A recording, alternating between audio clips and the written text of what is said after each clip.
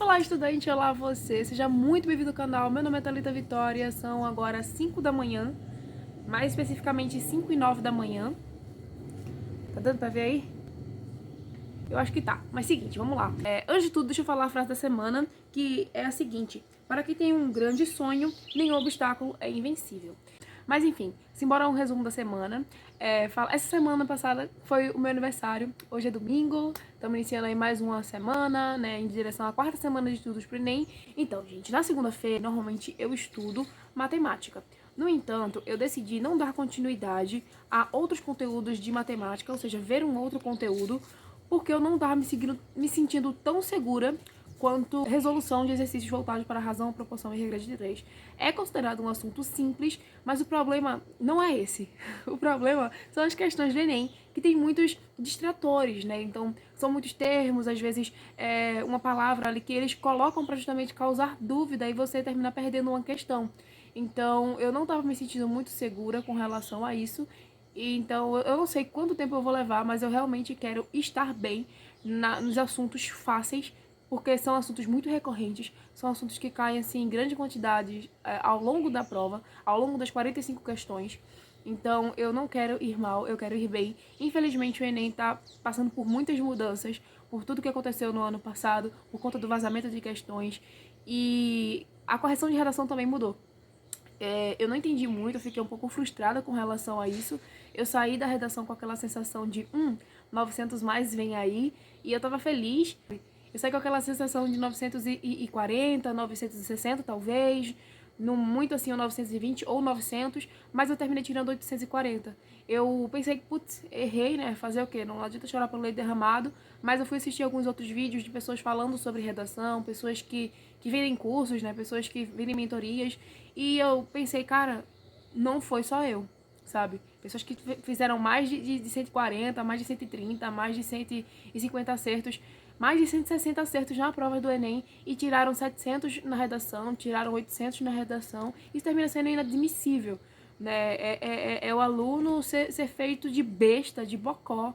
Eles não avisam que o jeito de ser corrigida vai mudar, eles não avisam sobre mudanças na prova, nós somos pegos de surpresa, nós infelizmente fomos penalizados de certa forma por conta de vazamentos de questões. A TRI, não, se bem que a TRI ela não foi tão injusta, mas ainda assim a prova está mudando como um todo e falou muito sobre o uso de repertórios prontos na redação do Enem. Cara, eu nunca uso repertório pronto porque eu tenho super medo de esquecer na hora, de dar branco, isso me travar ao longo da minha escrita. Então eu sempre, são textos autorais de verdade, sabe? São textos que eu paro pra pensar.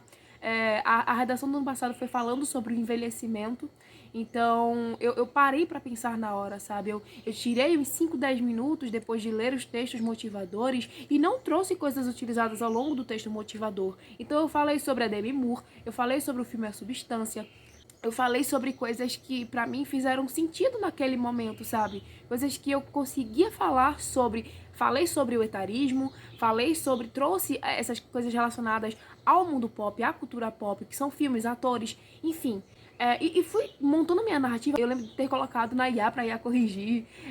Tudo bem que a IA não é um ser humano, né? Então, às vezes a gente termina confiando numa redação, numa correção que talvez não seja a que se aproxime de um corretor do Enem, mas eu senti que eu tinha ido bem, sabe? A IA me deu 960 na época e eu fiquei assim, caramba, se realmente for isso, vai ser uma nota bem legal. Mas eu tava com aquela sensação ali de 900 mais, então eu tava esperando 920, 940 e veio um 840. Então, eu fui ver, né, como eu disse pra vocês, eu fui buscar vídeos, fui buscar coisas falando sobre, e realmente mudaram o jeito de corrigir redação. Uma das coisas que eu vi falando foi que eles estão tentando mudar o jeito das pessoas que utilizam muito repertório pronto, modelo pronto, texto pronto, e só fazem encaixar o tema ali. Mas é isso, o intuito é acertar o maior número de questões possíveis nesse ano, fazer muita questão, entender realmente as pegadinhas das questões, as pegadinhas da prova, entender como que o Enem pensa, como que o Enem funciona, até porque ele repete muitas questões, só muda a estrutura da frase ou uma informação aqui e acolá. Enfim, agora vamos falar um pouco da semana. Na segunda-feira eu deveria ter estudado um outro assunto de matemática, né, e ido para porcentagens e juros simples, mas eu não me senti confortável. Na terça eu realmente estudei a divisão celular, mitose, meiose, fiz isso sim. Na quarta, no caso, né, que foi sobre ligações químicas, iônicas e covalentes. Eu só não fiz exercícios, mas eu vi sim o conteúdo. Na quinta-feira eu deveria ver cinemática, né, dar continuidade a MRUV e queda livre. Terminei não dando continuidade. Eu quero ver mais sobre vetores, porque caem muitas questões de vetores. Enfim, sempre tem no Enem, então eu não quero ser pega de surpresa. E na sexta-feira eu deveria escrever uma redação, né, dando ênfase aí numa introdução. Mas eu terminei nem vendo, sexta-feira foi meu aniversário. Sexta-feira eu utilizei do tempo para estudar uma outra coisa, voltada aí para faculdade. Eu faço odontologia na Federal, mas eu tô em busca do meu sonho, então ainda não desisti de medicina, não foi uma coisa que enfim, saiu de mim ainda. Então eu tenho tentado, mas é muito frustrante pro estudante, sabe? É muito frustrante você esperar uma coisa e vir outra.